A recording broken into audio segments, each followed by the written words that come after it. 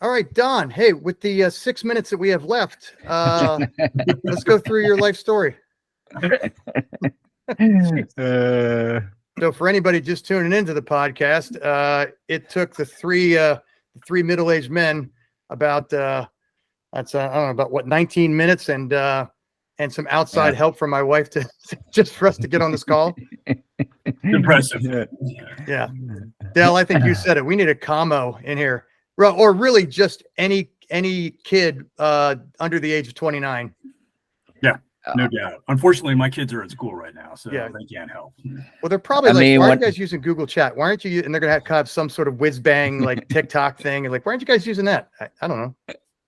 When I did Jack Carr's podcast a while ago, he has people now. So I think y'all need people. That's it. Some young kid with a beard and a ponytail made everything work.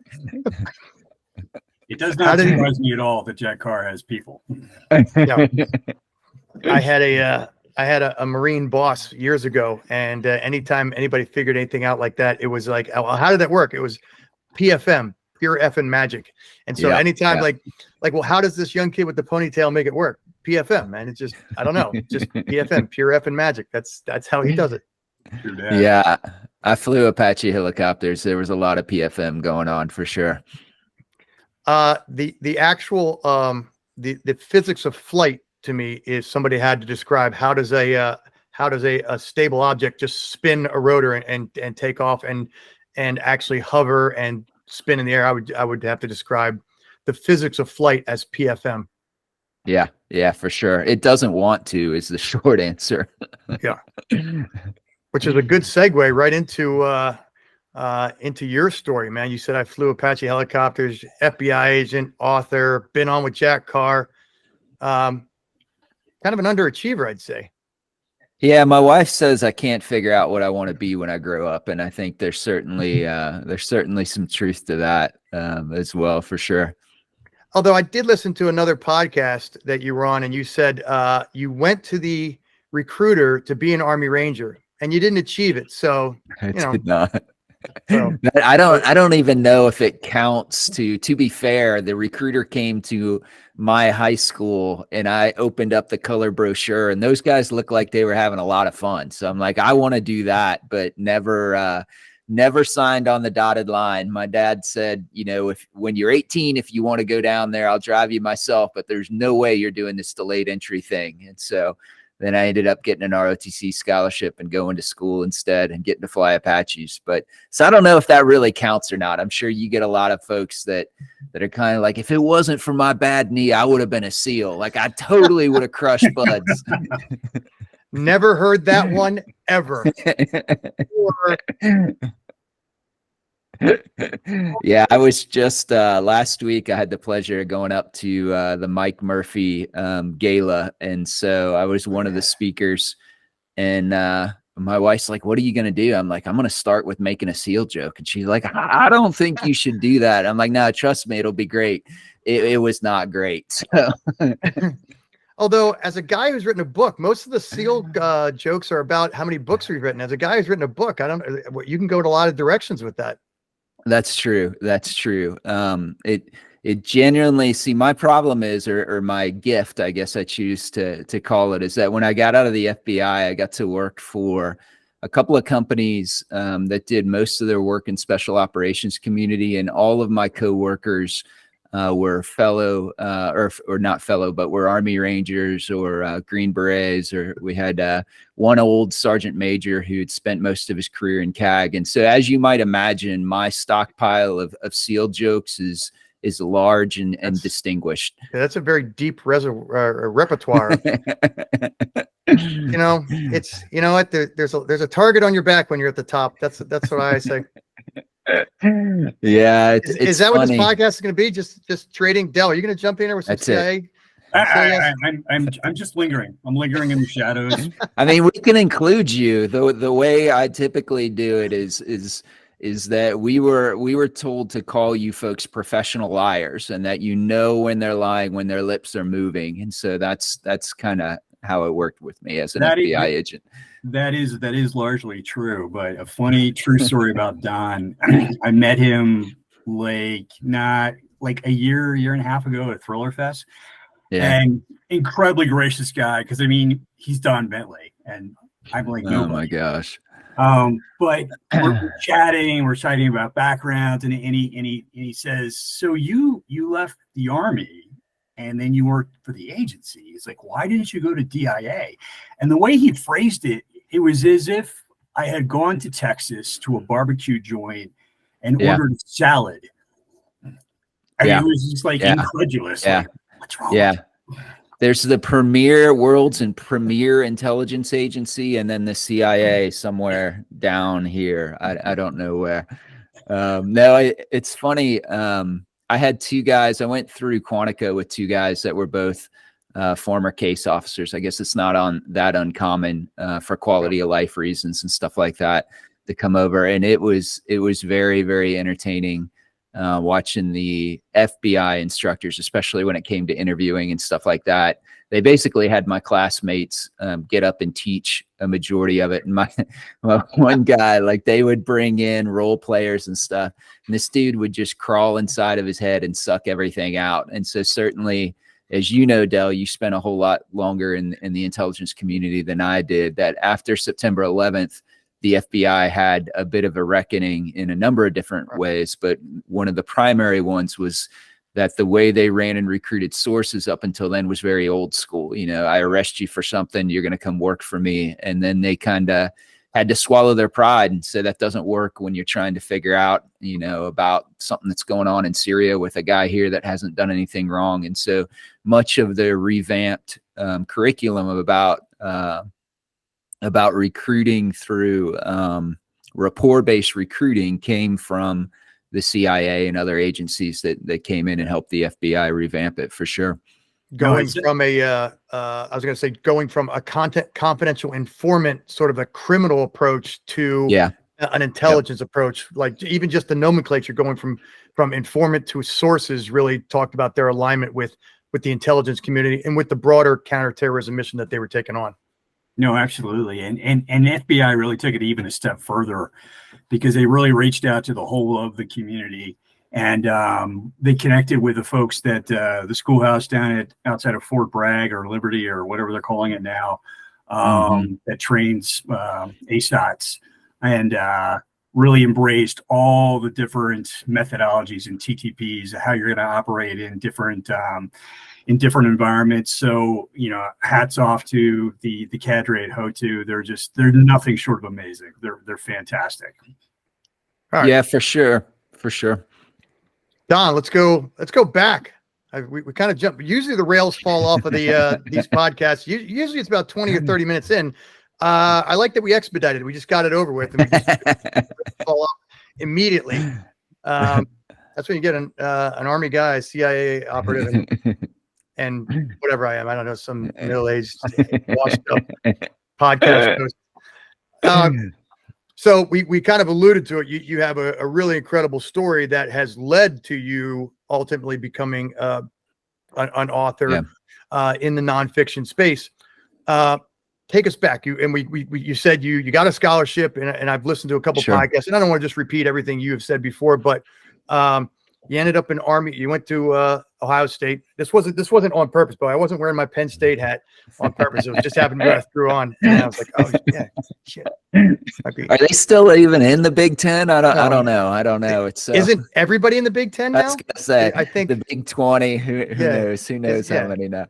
You know, John, I just got to jump in here. It's like, you wear a hat to provoke him. I'm wearing Haller Brothers because he's from Texas. What's the difference, brother? Well, we're playing good cop, bad cop here, Del. You didn't know that's how we interview. But so, and again, I don't want to just repeat. If they want to hear some of the other stuff, we really want to get into some of the cooler stuff that maybe. And I listened to a couple interviews that you've been on, and there's some things that you teed up, and I thought, oh man, we got to pull the thread on that a little bit. Like it's pretty cool. Just, you know, talking about your time in the Bureau, and you had one deployment in with the Apaches in 05, 06, right? Yep. That's right. So let's go back a little bit. You got selected for aviation, and there was a really funny story you talked about where they brought your wives in, and the story about how you selected, and it was Apaches, and you had said in the interview, and again, I'm fast forwarding through a little bit of your life story. Yeah. I thought it was really cool that you'd mentioned that your dad was drafted into Vietnam. You're into the Army, right? Your grandfather was pulled in for World War II, and you were the first one to go voluntarily into service, even though service had already been in your blood. You go to Ohio State, you get a scholarship, you end up in Army Aviation, and then when you're selecting your aircraft, there's Chinooks, there's 60s, there's Cobras, and then there's Apaches. And the question they asked you when you brought in your spouse is about whether or not you were qualified for Apaches. What was the question? Yeah, so it's probably like the second or third day of flight school, and they invite your spouses in to kind of a welcome to the Army. And so what they tell you when your spouses come in is, we're going to give your spouse a test, and the results from that test are going to determine what you fly. And so we're all obviously a little bit nervous about that prospect. And the test is something like, you know, if your spouse is a very detailed person, likes checklists and stuff, they're going to fly Apaches. And it kind of goes down the list until, if your spouse has ever unwittingly caught something on fire, they're going to fly Apaches. And it's funny because my wife and I had been married for maybe 4 or 5 months, and our first apartment together was this amazing place. We had, long story short, my report date to Officer Basic got moved back. And so we got married in July after we graduated, and I didn't report until November. And so we were scrambling to find jobs. And the place that we ended up living, let's just say, was not the highest of accommodations. We only had to get bombed for fleas twice. So the second one did the job. And it may or may not have had a plastic sink in what passed for the master bedroom. And I may or may not have caught it on fire at one point. And my wife's like, how in the hell do you catch the sink on fire? And I was like, well, I lit this napkin and I threw it in the sink, and I didn't know it was plastic. And she's like, why would you light the napkin on fire? And I'm like, if you have to ask that question, you don't really know me. And we might need marital counseling right now. And so yes, I did get to fly Apache helicopters, and yes, I got to light a lot of things on fire after that. Nice. I think that the more logical question, and this is in hindsight, right? As young 20-somethings, you don't know that's because it's not why would I light a napkin on fire? It's why would there be a plastic sink? Exactly. Yeah. Exactly. It's a common mistake. Any one of us could have made it. Yeah. It's made a presumption it looked porcelain, which does not catch on fire from a napkin. Stories about Army housing. Boy, the roads we could go down about that one, huh? True dat. Yeah. And that, to be fair, that wasn't even Army housing. That was 2 poor kids who didn't have any money, found the cheapest apartment they could find. And your imagination can sort out the rest. But speaking of Army housing, and our first duty assignment after flight school was in Korea.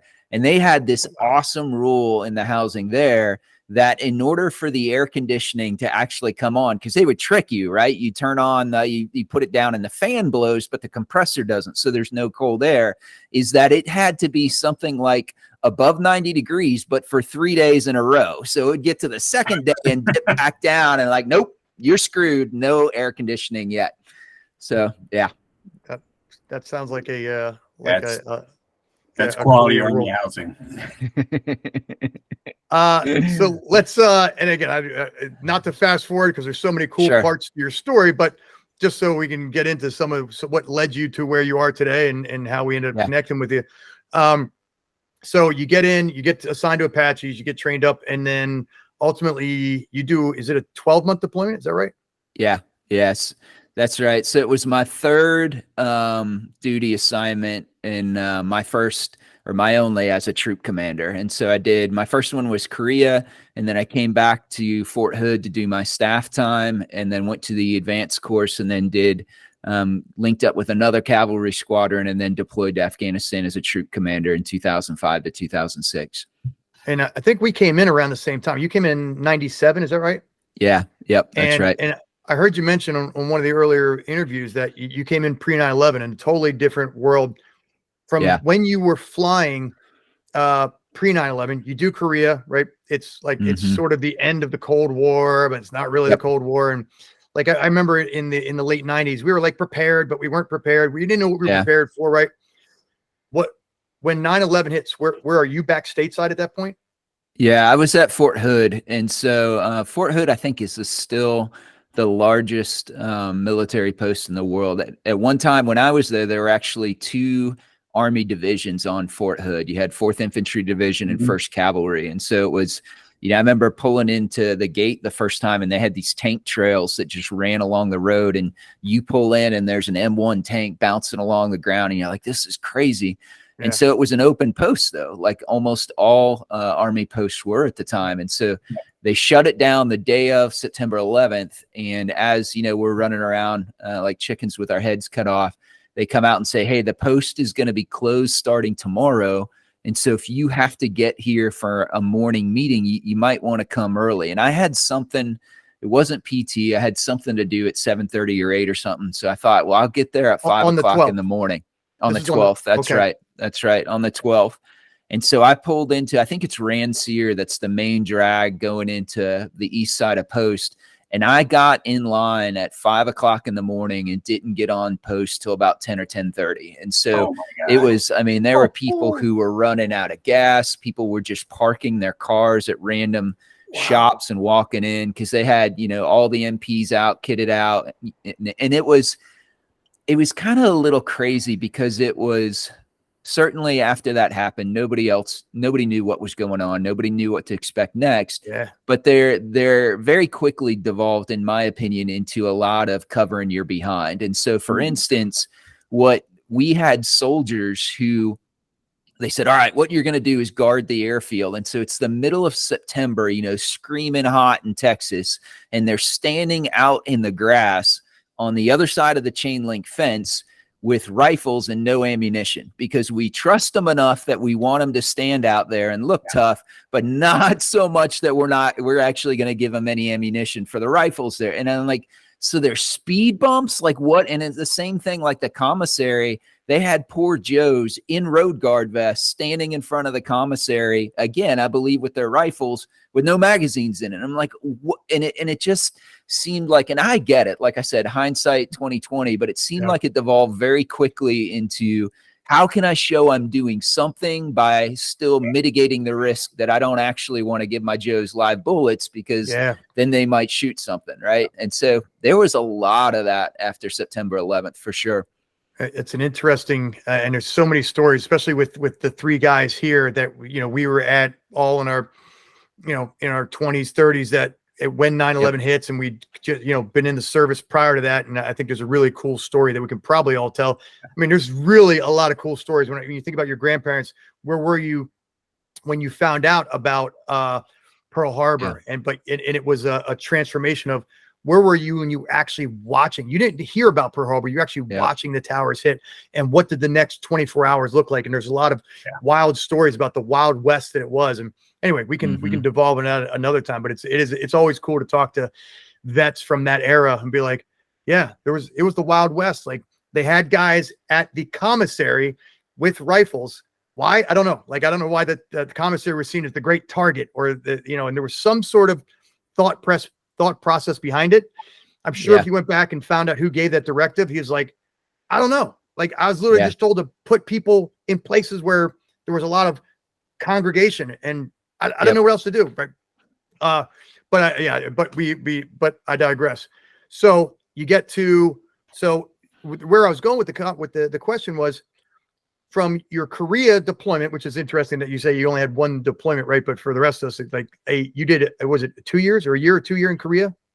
Yeah, just sort of 2 years. When you get there and it was a great, prior to September 11th, that was the closest thing you could have to combat. And so for a young junior officer, it was great because the Koreans were still modeled after, like you said, kind of the old Cold War order of marches, the order of battle. And so I was a young scout platoon leader. That's the best place to learn your job because you get to go do it every day and you practice over and over. They like to say that a year in Korea, they squeeze 3 years worth of tour in. And so when you show up though, your first day, there's always some variation of this conversation.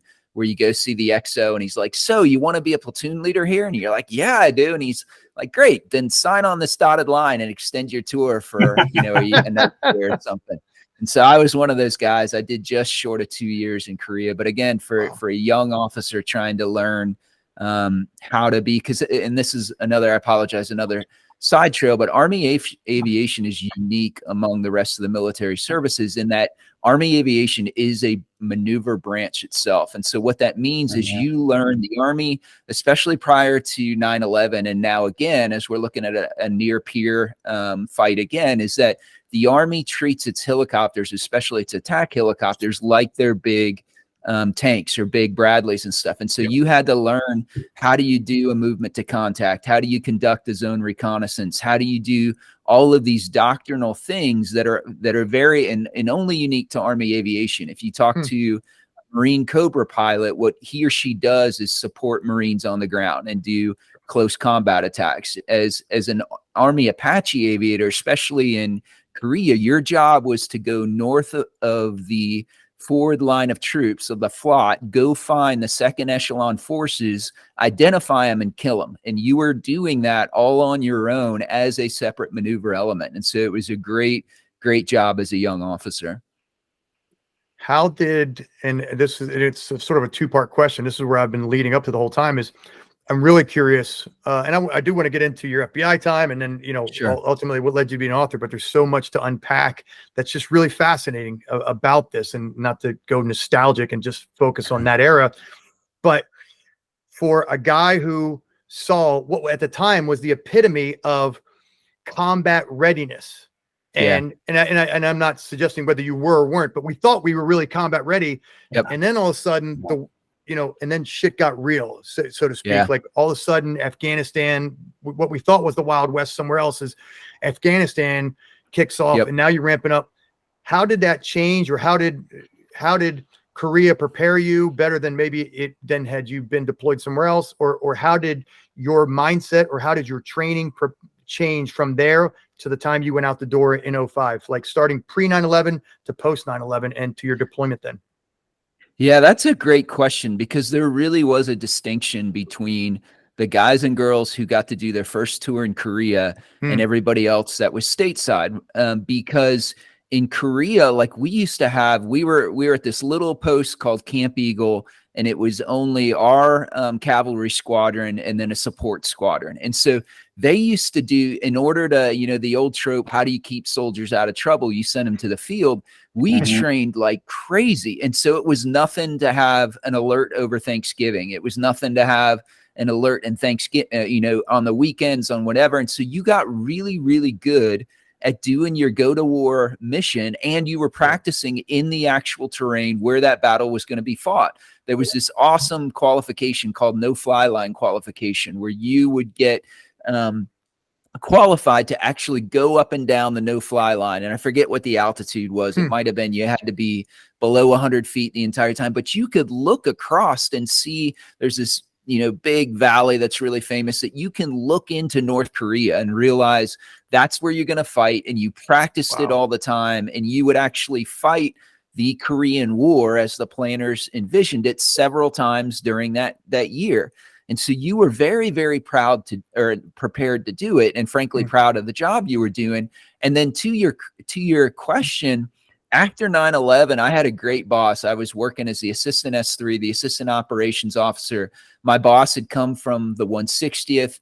He was a little bird gun guy, and I think he came out of Green Platoon right after Gothic Serpent, right after Somalia. And so he wasn't a part of that, but he knew all the part of it.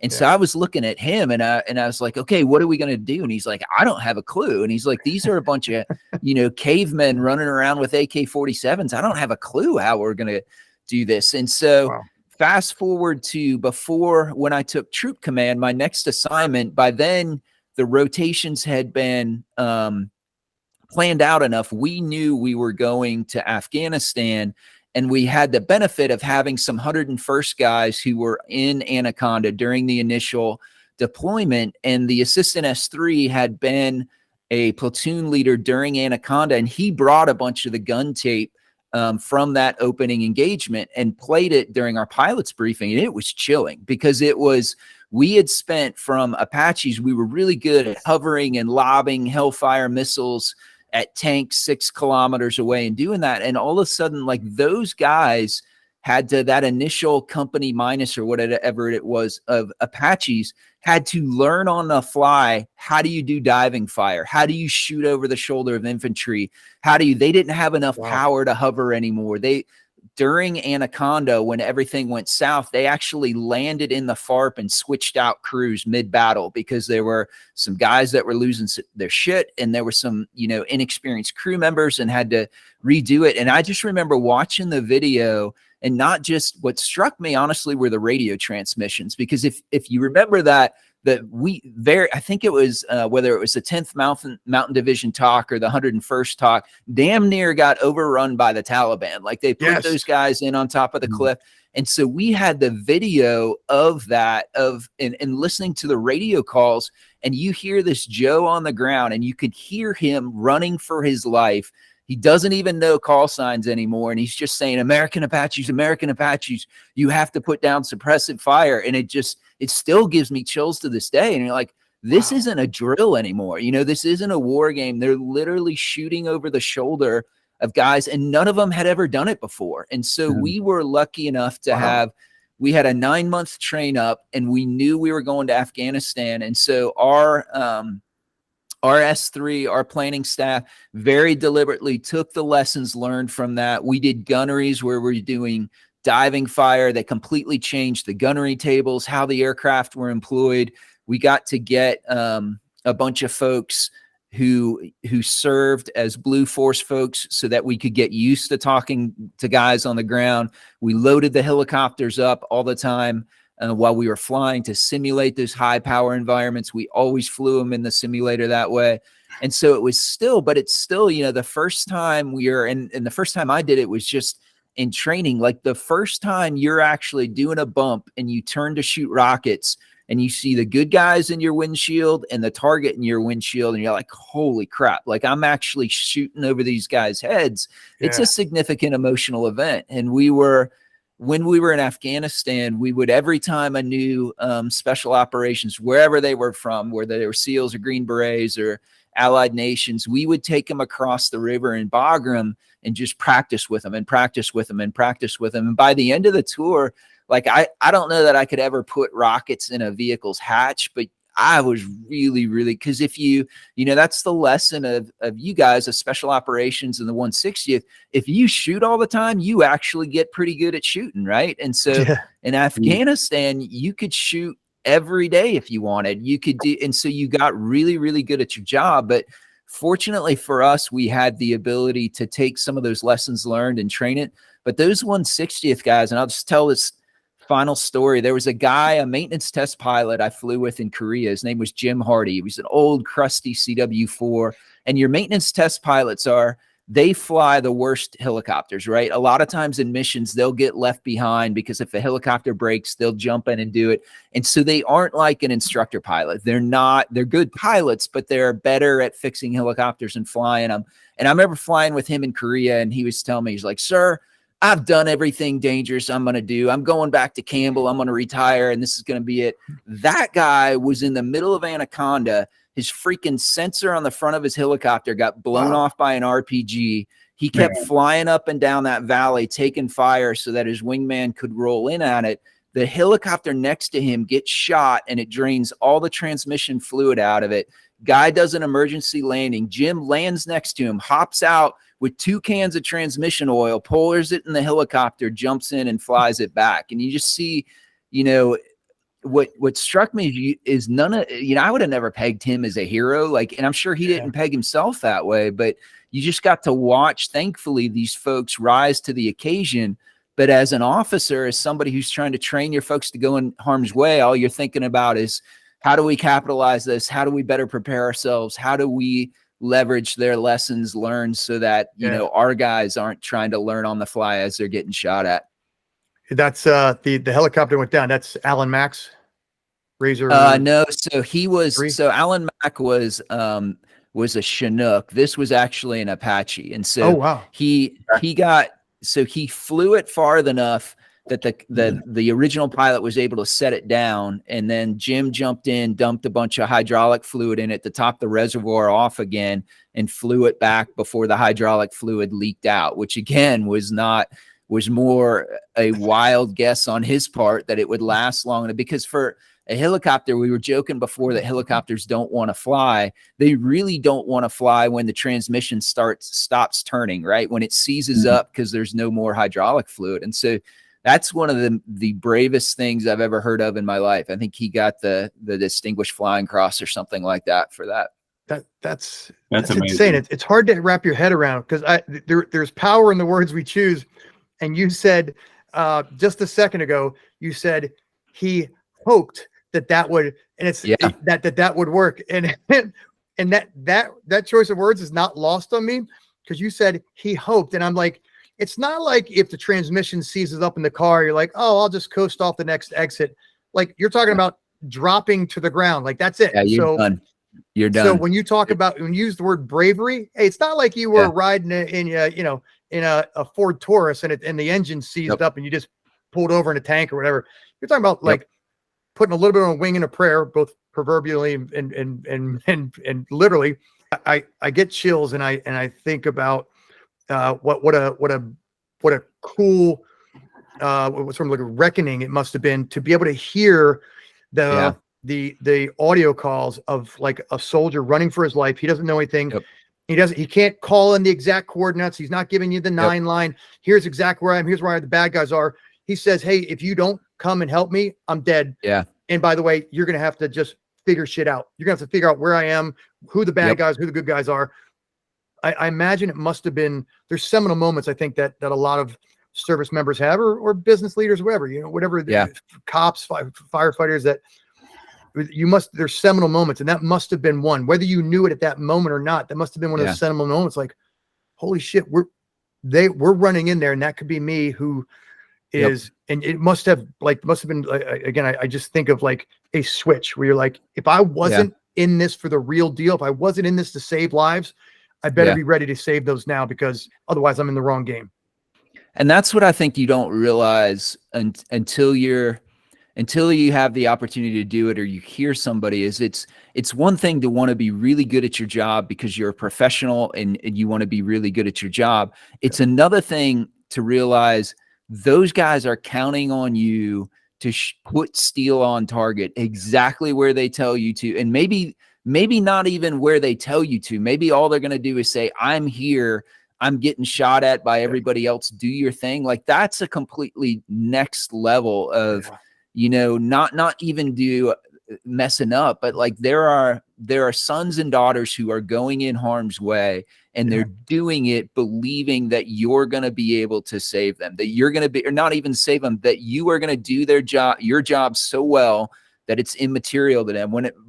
Right before I took command, I was at the advanced course or at what they used to call Cash Cube. And it was really good. It was a short course, but what was great about it is there were all kinds of different branches there. So in your class were infantry guys, armor guys and stuff. And I was talking with, and back then it was still pretty rare to meet guys who had gone to combat. And I was talking, I think this guy was 101st guy too. And he said, he was an infantry platoon leader. And he's like, it got bad enough at one point, I just took my laser pointer and said, I'm here, the bad guys are over there. And he's like, I didn't talk to the Apache again after that. I just figured they knew what they were doing. And as an Apache pilot, you're like, I better know what I'm doing, right? Like, I better be able to justify the faith that guy might putting me if the situation's reversed, right? That's heavy, man. And it's so respectable, especially for 2 other vets sitting on here with you. And I know you wouldn't like call yourself a hero or something like that, but for those of us on the other side going, man, the weight that you carried, like knowing that somebody, the words you chose was somebody, sons and daughters, knew that when shit went sideways, that you were going to come in with your red cape on, and I was going to do the best I could to tell you what I needed. But in the absence of that, you were going to figure it out and save my neck. Like, that's heavy, man. Yeah. It's intense. Absolutely. I mean, that's what I think that's what people go in the military for all different kinds of reasons. I think people that are drawn to combat arms branches are drawn that because number one, you want to do something that you can't do anywhere else. And number two, you have that sense already, even that having done it, is that you get to be a part of this incredible machine and part of this incredible brotherhood and sisterhood. And that if you do your job right, folks are going to live, and they're going to be, long after I got out of the FBI and out of the military and everything, my last gig before I could write full time is I worked for a company called Amatrine, and we made uniforms and hide sights and sniper hide sights that mask your thermal and visual signature. And so you're standing in front of those guys that are still going into harm's way and saying, if you wear this and you use it right, you are going to live. You're going to be, and I think when I talk to veterans, I say, what you don't realize when you're still in is how much of who you are is rolled up into what you do, and how much of your sense of purpose is derived from that. And it's really, really hard to find that again once you leave the military. When I first got out, one of my best friends worked for Procter & Gamble, and he sold diapers. And I got 3 kids. Like, I'm all about diapers. But I remember sitting in a cubicle thinking, I have got to find something that still gives me that sense of purpose, that part that I'm belonging, that's something bigger than myself, that I'm doing something that's noble. And I think veterans, especially veterans who have served in combat, don't realize how hard that is to find again in the world that's not in the military. Yeah, no, you're right. Yeah, well, I mean, not to denigrate the diaper salesman who might be listening, but if you came from a combat scenario, you might be struggling for some purpose, but you're serving a role. Like there's absolutely moms everywhere who are thankful for what you do. Absolutely. So let's fast forward if we can. Well, first of all, the other takeaway here is if you are a maintenance test pilot on your last tour, don't say that. Don't jinx yourself by saying, you know what, I'm just going to cruise into retirement. That's a lesson for everybody who's close to retirement. Don't jinx yourself. Not until you've left the door on that Friday, your last Friday. Don't count your chickens till they're hatched. Absolutely. So let's talk about. So you come back from that deployment, and you did just a couple more years, if I follow your timeline correctly, and then I believe, and I heard you interviewed, it just run its course. It was time, and you had kids, and it was just you were looking for something else. How do you land up in the FBI? Yeah, so I got out right at the 10-year mark. I'd always wanted to be a troop commander and got to do that. The way it works in aviation is that you fly a lot when you're a platoon leader, and then you go do staff jobs for a while, and then you get to fly again when you're a troop commander, and then you're doing staff jobs for about the next 6 years as a major, and you're not really flying. You're barely making minimums. And I had no desire to spend 6 years as a staff officer. And frankly, too, like, my hats off to you guys and everybody else that can do multiple deployments. A year away from my kids was enough. I never wanted to do that again. So my wife and I are high school sweethearts. We moved back to our hometown where our parents are. I got this great job in a Fortune 500 company or whatever. And then I just couldn't, a year into it, I'm like, why can't I be happy? Like, everybody else in my family's happy. My wife loves this. My kids love this. And I feel like I'm dying inside every day that I go to work. That, I came home after the first week, and I told my wife I didn't understand that movie Office Space until now. And now I'm living it. And I was sitting in this cubicle farm that was as far as the eye could see. And I was sitting in this row, and 10 rows to my right, I graduated high school with that guy's daughter. So I'm like, well, in 20 years, I could move from this row to that row. And it was a great company. Like, don't get me wrong. It was a great company, but I think I was still, and certainly in Afghanistan, there was a day when things went horribly wrong. And I don't think I could have articulated it at that time, but I think on some level, I was looking for a chance to make things right again, to have like another moment of significance, to say, like, I'm only 35 years old. Like, this can't be it. This can't be where I just hang it up. And so I applied to everybody and every 3-letter agency you can think of. And Dell's agency was more discerning than the FBI. And so they chose me and Dell's agency didn't. But at the time, so the FBI has their kind of equivalent of a tier 1 organization, the FBI hostage rescue team. And in fact, they do, or at least back while the war on terror was going, their operators would often do rotations with other tier 1 units. And so I certainly wasn't at all qualified to do that. But like the 160th, the FBI also has its own Air Force that is all made up of agents who fly. And so I never wanted to be a cop. I had never thought about the FBI, but I was literally applying to every 3-letter agency. And as I submitted the FBI application, it said, "Are you a pilot?" And I'm like, "Yeah." And then I put my military. And so then I got a call from their recruiter who said, "Hey, there's this thing called the Tactical Recruiting Program. Primarily meant to be, like I said, feeder for HRT operators, but we also need pilots. If I put you into this program, it'll move you to the head of the line. And then at the 2-year mark, you need to come assess for our Air Force." And I'm like, "Whatever, man, if it gets me out of this cubicle, sign me up." And so, so long, Karen.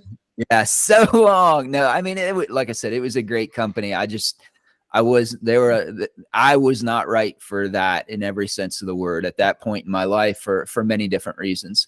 And so I got to go to Quantico, got tracked. So when you graduate from Quantico, there are 5 different career paths. You can be counterintelligence, intelligence, counterterrorism, criminal, and cyber. And so I got tracked counterintelligence, went to the Dallas field office, and was lucky. They had, so we were talking before about the changes the FBI made post 9/11. One of them was the realization that, like the agency or other members of the intelligence community, there was a need to have sources that could report in more broad and general questions. So rather than just, I have a specific case open and I need a source who works in this motorcycle gang, hey, there are national level questions that need to be answered. And if you can find a source who does that, you could run and recruit him or her independent of a case. And so the people who did that were what's called the Field Intelligence Group. And I went to that squad, and it's supposed to be a squad for more senior agents. I went because they were short, and it's kind of like the needs of the Army, and I showed up. But I think I also went because I was a little older. I was, I think, 36 or 37. So you have to be younger. I just made the cutoff. Yeah, mandatory retirement is 57. Back then, you had to have 20 years in the FBI in order to retire, and so it's like 37.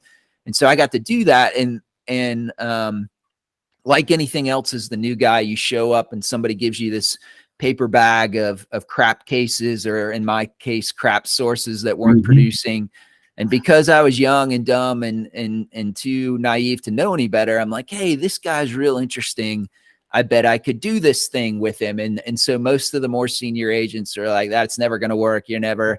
But sometimes there's a benefit in being a new guy and being too dumb to know any better. And so I got lucky, and he produced some things that led to some other things. And so then I got the opportunity to run and recruit a whole bunch of sources. And it's a completely, as Dell can tell you far better than I can, it's a person that's a good case agent is not necessarily going to be a good handler. Those are kind of different skill sets.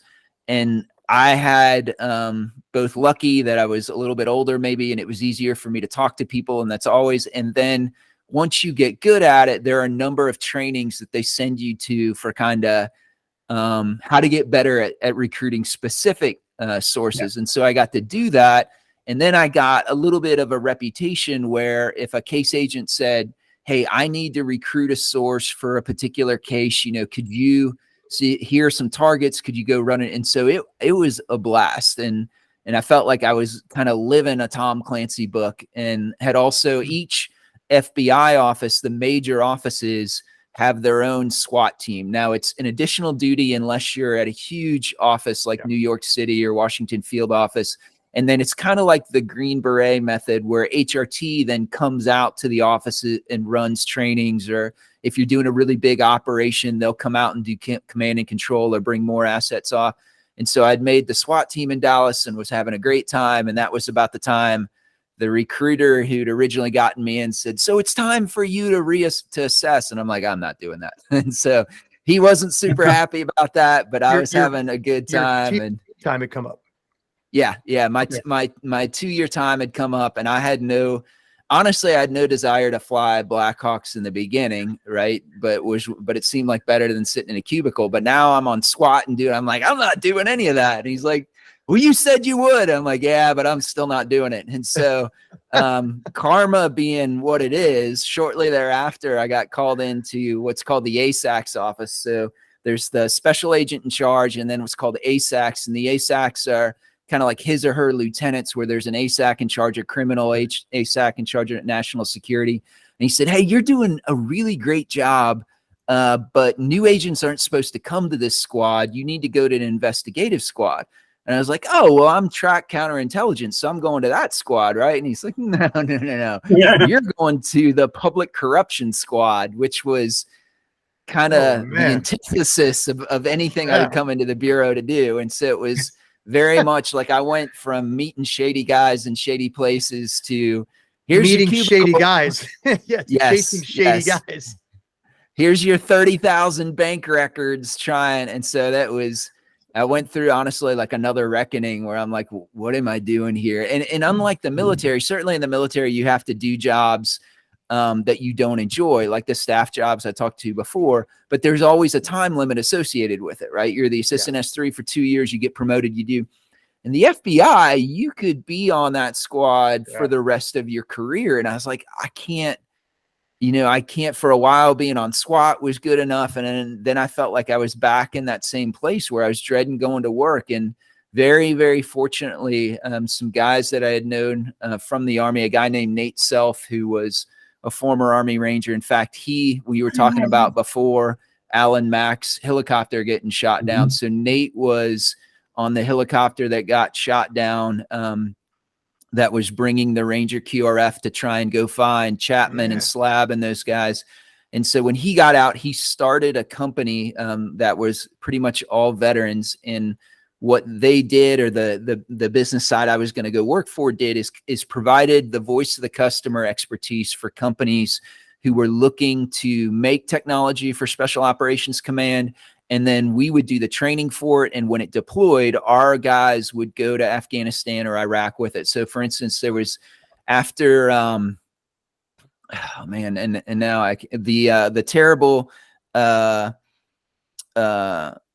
FOB in Afghanistan that was almost overrun. The name escapes me. I can't believe I'm blanking on this right now, but they had the movie about it and everything. Tragedy. One of the after action reviews that came from it is because they got attacked by 360 degrees and their only indirect support were mortars, and mortars had a very limited range fan. Special Operations Command said, we want a mortar system that can fire 360 degrees. And so that mortar system was called the MTAS, and we got to provide the guys who went down to Afghanistan and fielded it and did the training and stuff like that. And so it was, again, kind of my progression as how do I find that sense of purpose? What do I do? How do you balance it out? So I'm not deploying anymore, but I still feel like what I do is noble. And for me, it took a while to be able to strike that balance. And the FBI was, rather than that being my terminal endpoint, ended up being kind of a stop on that journey for me. And how many years was that at the FBI then? So I was only there about 2.5 years. I wasn't there very long. Wow. That's fascinating. I've had a couple buddies who've gone into the Bureau and gone into the 1811 side as for the average listener, for a special agent. And it's only a few people that will go through the stress and struggle of the Special Agent Academy, and whether you're going to FLETC or the Bureau or whatever, or to Quantico.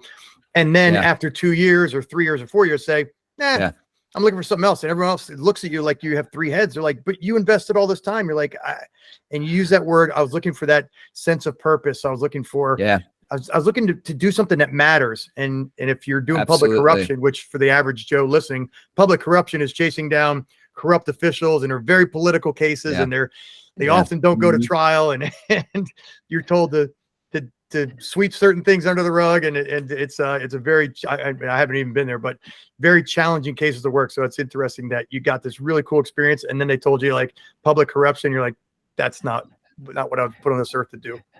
Yeah, and I got a lot of crazy looks, but honestly, what made it easier when I was at my first company and was fortunate enough to have done very well there, even though I was sitting in a cubicle, there was a guy there who was my mentor, and his name was Dennis Eliason.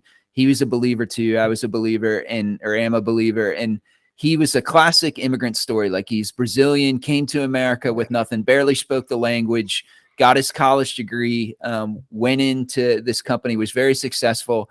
And so I talked to him. I was like, I'm thinking about leaving this for the FBI. It's a crazy pay cut. I got to uproot my family, do all this stuff. What do you think I should do, Dennis? And I was expecting him to tell me, hey, you had your fun for 10 years. Your family put up with it. This is what you need to do. And he said, you know what? At the time, he was in his late 50s. And he said, my kids are grown. I'm kind of in the twilight of my career. And when I look back at my life right now, the things that upset me the most is when I didn't take a big swing because I was too scared to do it. And he's like, you should do this. You're only 37 years old. And so once I left that, it became easier to say, this isn't it either. And I'm okay with chasing something else. And I would have never, I was certainly a writer at that time, or trying to be a writer, but I would have never said, fast forward X number of years, you get to write full time, you get to write for Vince Flynn and Tom Clancy. And frankly, the reason I can write the books I do now, when my first book Without Sanction came out, I was doing an interview and the lady's like, are you Matt Drake, my protagonist, Matt Drake, or Jack Ryan, or insert any name there? And I said, I am absolutely not that person, but I have stood in the same room with men who could be. And that is true. And that only happened because I left that company, because I left the FBI, because I got to do that. And so I think was it crazy leaving there? Yeah, probably. But at the same time, I think, life's too short. Life's too short to let the thought of a pension or whatever else say, this is going to dictate what I do for the next 15 years. And I really don't like it, but it's the safe thing to do. I think those are the people that are dying quiet deaths inside, is the ones who are making the choice that's the wise choice because of money, or because, and I'm not saying those things are important, aren't important. Believe me, they are. But I think especially going full circle for somebody who's a veteran, for somebody who has been in combat, like you are dealing with enough crazy stuff without saying, how do I let myself slowly die inside because I'm doing the right thing for my family? I bet your wife, if you would tell her, she'd look at you and say, you need to do the thing that still makes you the man that I married, or the woman I married. You need to do the thing that makes you alive, because this person you are right now is not him or her. And that's a conversation I had with my wife at one of the points. Did you know, if I could go back and talk to the Don Bentley at 25 or 29 years old, and you come back from your first deployment, did you know that writing was in your blood, and that might, did you even know that it was even a possibility that would be a path you could find yourself on? I knew that it was in my blood. I didn't know for sure, would I ever be able to do it full time. I mean, I've been writing stories since I was in elementary school, right? Until, and would, it started with watching a TV show and thinking it would have been neat if they would have done this instead. And so I'm literally writing that. I started my first book when I was in high school, and probably another one or two in college, and didn't finish them. And so I actually finished my first book and got an agent right before we deployed to Afghanistan. And so she couldn't sell it. And when we would come back from missions in Afghanistan and everybody else would go play video games or read or do whatever, I'd go back and open my laptop and write. And I actually wrote my second book while I was deployed to Afghanistan. And that one didn't get an agent either. And so I wrote, 3 books that didn't sell before I wrote my fourth one that did. And so I knew I wanted to write. I knew I wanted to tell stories. I hoped that someday I'd be able to do it full time. I certainly never imagined I'd be able to write, my books and Tom Clancy books and Vince Flynn books, for sure. And that's no small thing at all. And I think and I've read the Matt Drake series, and it's wonderful. And really, thank you. It kind of touches on something you said before, and that was, you're not Matt Drake. Yeah. But you've served with guys that are Matt Drake. Yeah. Yeah. And I think that really comes through. It's the same thing with like Brad Taylor.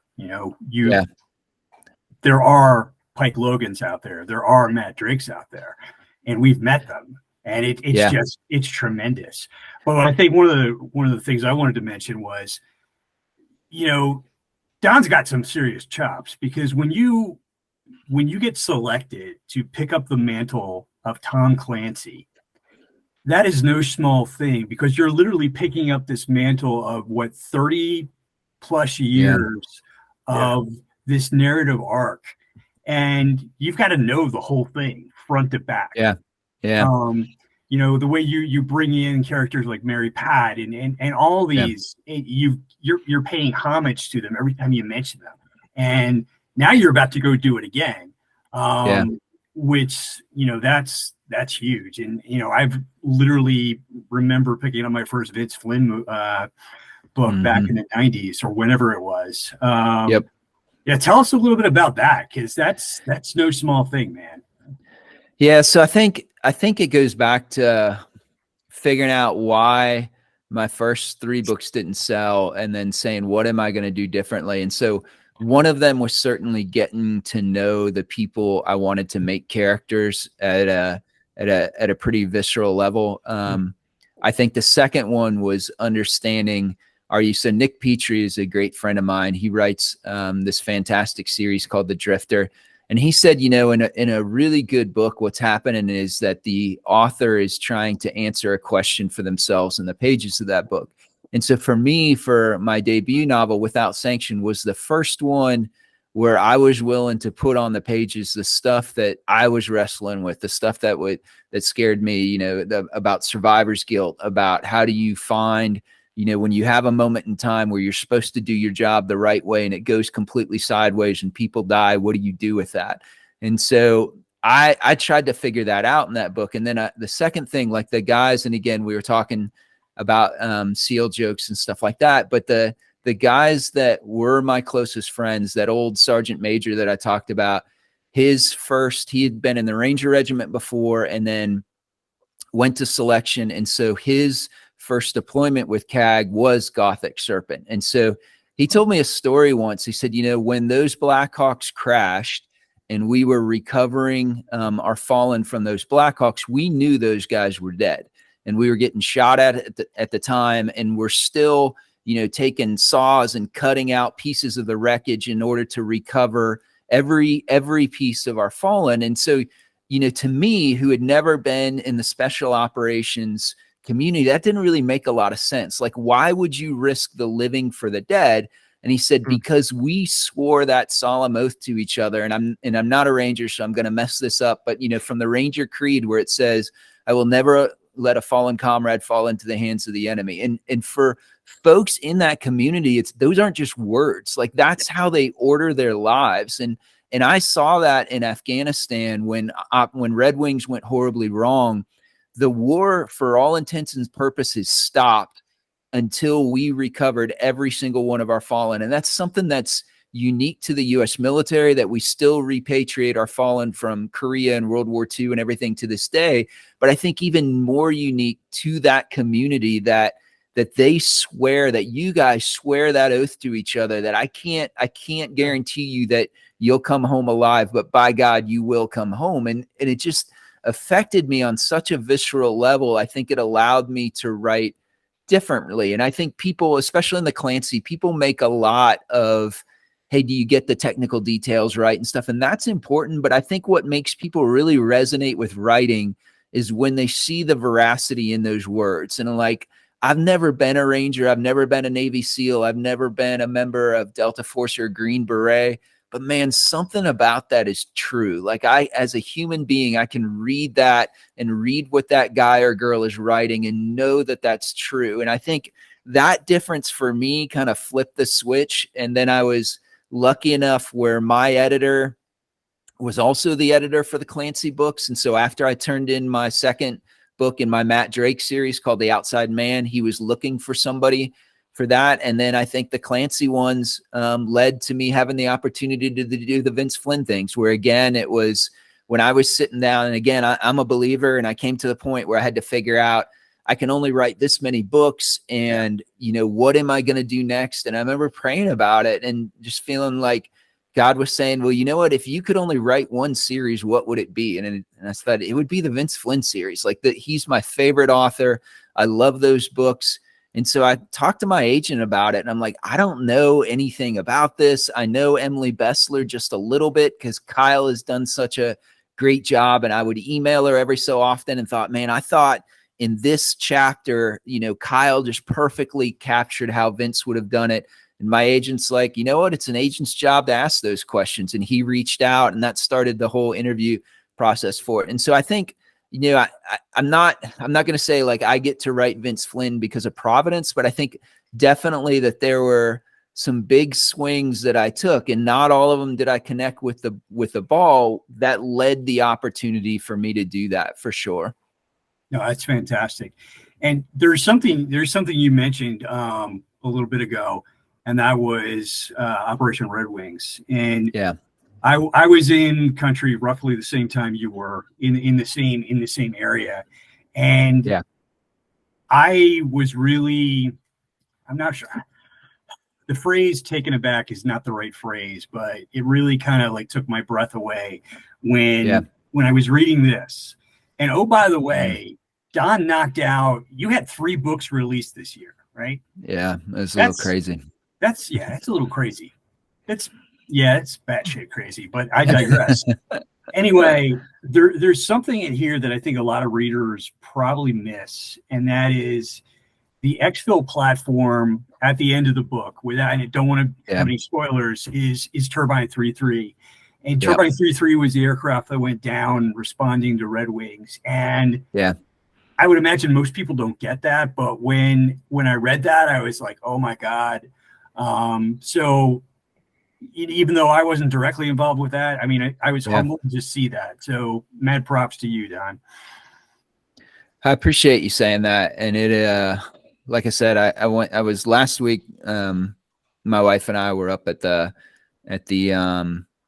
Mike Murphy Gala, which his dad puts on, where they do a fundraiser, and Mike Murphy was the SEAL lieutenant who was awarded the Medal of Honor for his incredible bravery during Red Wings, and his dad, Dan, is incredible. His dad was a infantry, I think 25th Infantry Division during Vietnam, Purple Heart recipient, and so certainly understands what it's like to be there and do that. And he said, hey, will you talk or share it? And it was probably the hardest thing I'd ever done, because there were lots and lots of SEALs there, lots of people. And so when you stand up there and talk and have to tell a story that went horribly wrong, and you're with all these Gold Star moms and everything as you're saying it, but afterwards I was sitting next to one of the Gold Star moms from Extortion 17, and she came over and gave me a hug, and so you know, it's not something, certainly with Forgotten War, was something I leaned into a little more in that book, because there were so many just conflicting emotions watching Afghanistan crumble, and knowing, you know, the people, the sons and daughters, the blood and treasure that we lost there, the friends that we lost there. And so it was, I wanted to try and provide for people who maybe, the crazy thing of this is that less than 1/4% of the American population served in Afghanistan or Iraq over the 20-year war. And that tiny percentage that did, most of them served multiple tours of duty, right, to Afghanistan or Iraq or both. And so I wanted to try and write from the people who served their perspective. What does it look like? What does it mean? And so for me, certainly Red Wings was a huge part of that, and that became part of the book. But it wasn't either something that I sat down and thought, I'm going to write about how Red Wings affected this guy and did it. Just something that comes out, and it's something that still comes out, I think, in my writing, because it affected me so deeply. And being there last Thursday was incredibly difficult. But then I'm sitting next to like I said, this Gold Star mom who lost her boy on extortion 1/7, or Mike Murphy's mom came up and gave me a hug afterwards. And I'm like, whatever I take out of that is nothing from being a mom who doesn't have her boy to hug now. And so I've gotten to the point where my son was a September, almost 11th baby. He was born the 28th. Last summer he finished the second half of Marine Corps Officer Candidate School. He'll get commissioned this September. And as a parent, like, there's whatever that saying that old men don't start wars. And certainly as a parent, it gives you a completely different perspective. And so, my hats are just off to those moms, especially. No, just to be clear, your son gets commissioned a year from now. It's September of 23. He gets commissioned September of 24. Yeah. Yep. Wow. That's awesome. I want to go back to just one thing, and it's not even, it's sort of embedded in what you said. You said I wrote 3 books that never saw the light of day. It was my 4th book that got published. Yeah. On this podcast, we do a lot of talks about leadership and mindset and things like that. I would miss an opportunity to talk about that if I didn't pull on that thread a little bit. You wrote 3 books that either got turned down or never saw the light of day, and you still continued to write. What is it in your perseverance or in that resilience mindset when you get knocked down and you get the door shut in your face? What is it that allows you to keep writing? Is it a confidence that what you're doing, or was it just a creative outlet? Like, how do you keep going in the face of that? It's funny. The reason why I'm laughing is I've heard, we were talking about Jack Carr before, and I've heard him all the time. He's like, never tell me the odds. Of course I'm going to make it through buds. Of course I'm going to be a published writer. I'm the opposite of that, where I failed a lot, and I failed my driver's license test the first time. When I was going through Apache school, I failed the bag, where you're learning how to flight the system. When I finally got to the point that I could take my pilot and command ride, I failed that the first time. And so I'm the opposite, where I failed so many times at so many things.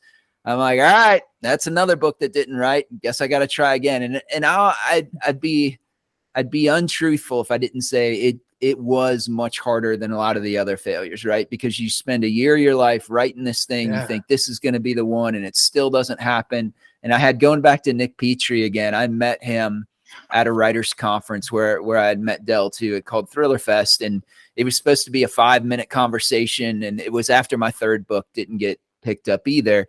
And at the end of it, like, I had my head in his lap, and I'm like, I'm never going to be an author. And he said, you're me a year ago. He's like, I wrote 3 books that didn't sell. My 4th one did. Go home and write a 4th book. You'll write a better book.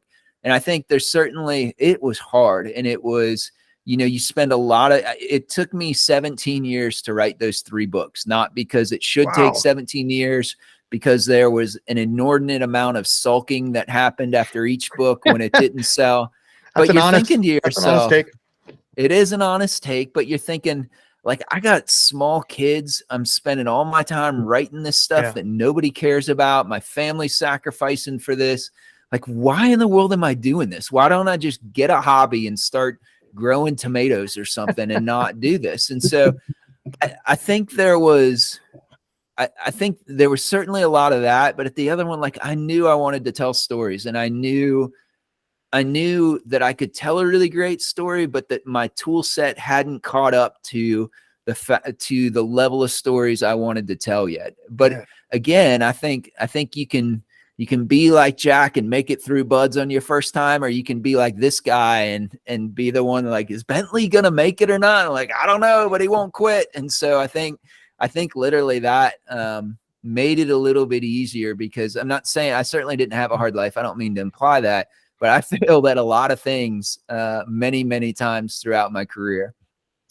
But I personally find that inspiring, because, guys like Jack Carr or David McCloskey or any number of individuals who write their first novel and it's off to the races. Yep. That's like, that's like a snow leopard. Yeah, they exist, but your odds are pretty slim that you're ever going to see one. Of every 100 people that say they're going to write a book, one actually does. Of those 200 plus, this is just a process of go, go, go. And I'm like, I'm working on my fourth, and if I think back long enough, fifth manuscript, and I'm thinking this will be the one. But it's like every time you get like kicked in the you think of like, well, it took Don 4, and look what Don's doing now, or Nick Petrie or David Baldacci, the list goes on. So it's guys like you that inspire guys like me, and on multiple levels, because you're a former soldier, you work for the Bureau, you're definitely an inspirational dude, man, and I can't tell you how much I appreciate you and the community. You guys I'm sorry, go ahead, Don. No, I was just going to say that Brad Taylor and Mark Graney have both been huge advocates for me and big brothers and cheerleaders. And I was talking to Mark about it once, and he said, whenever I get to the point, and he said, he's like, I still get this on every book. And this guy's, written a gazillion books and had a movie made out of his Gray Man series. And he said, when I get to the point where I want to quit, I think 95% of people who are also right here, they do quit. And so if I just write one more sentence, if I write one more paragraph, if I stick with this one more day, I'll have beat the 95% that quit at this moment. And so I think about my front seater when I was in Afghanistan was a great guy. And he ended up leaving aviation, going to selection, becoming a Green Beret and being a team leader before he got out. And I was talking to him about it. And I was like, he was a lacrosse player in fantastic shape. And I was like, selection must have been a breeze for you. And he's like, it was horrible. And he's like, but every day I would think I'll quit when I get in my sleeping bag tonight. I'll just last until tonight. And then I'd get in my sleeping bag and I'm like, I'll wait till breakfast tomorrow to quit. And so it's kind of the opposite mentality. There's some people I think just have that iron will and determination that are like, I'm never going to quit no matter anything. And then there are more of us mere mortals that are just like, here's how I'll play this mental game with myself. And you're winning, right? Even though it doesn't feel like it, you're staying in selection one more day. You're writing one more sentence. You're staying in that thing for, one more. And I think maybe that is how more of us make it through than just the iron will, perhaps. I was in Jack Carr's, not only his Buds class, I was in his boat crew. And Nice. I don't remember Buds the same way he does, apparently. I don't remember him charging through. In fact, I think my back is still a little sore from where I carried him on a number of occasions, but I am not, I may be misrepresenting how he said that. I'm not trying to put words in his mouth, but I know he does often say, and he's a great guy who's helped me out a lot too, but I know he does, his philosophy is never tell me the odds, like never tell me the odds, never tell me the odds of what I'm working against. And I'm just like, what are the odds again? That sounds horrible. Yeah. How many tries do I get after that? Yeah, exactly. For both of you guys that wrote several books, I think it's a fair question. Do you think you would have been published if you'd simply slapped a trident on your first or second books? I'm not touching that. Not saying. I think it's a fair question. I would have much better hair. Like genetically, I would not be going bald right now. It was funny when we were at the you're the one seal, the only one. When we were at the gala, which was phenomenal, I told my wife, I'm like, I can pick out every seal. And she's like, how? And I'm like, Armani suit, no tie, great hair. And I'm like, that's one. And all of wearing these his sunglasses indoors. Yeah. They could have all been cover models. And I'm like, oh my gosh. Which again was why my seal joke kind of fell short a little bit, but you got to try, right? Don, I'm not sure how to take that. All these really good looking guys that could have been Armani models. And John, then there's you. I'm not sure how I mean, listen, I know what I'm dealing with here. Like, look, yeah, believe me. I look in the mirror every day. I'm like, God, what happened to me? Was I really a seal or did I just dream all that? Yeah. Hey, we've been at it for a minute or two, and I would love to continue the conversation. And out of respect for your time, I think we will look at another time. But I think we'll close out with what's next, man. What's on the near horizon for Don Bentley? Yes, I am knee deep in my first Mitch Rapp book, which will come out in September 2024. And so that still boggles my mind when I get to say that. And last week, Awesome. the publisher sent me on a tour with Kyle Mills. It was his last Mitch Rapp book, and then mine. And the fans in the Clancy universe were phenomenal.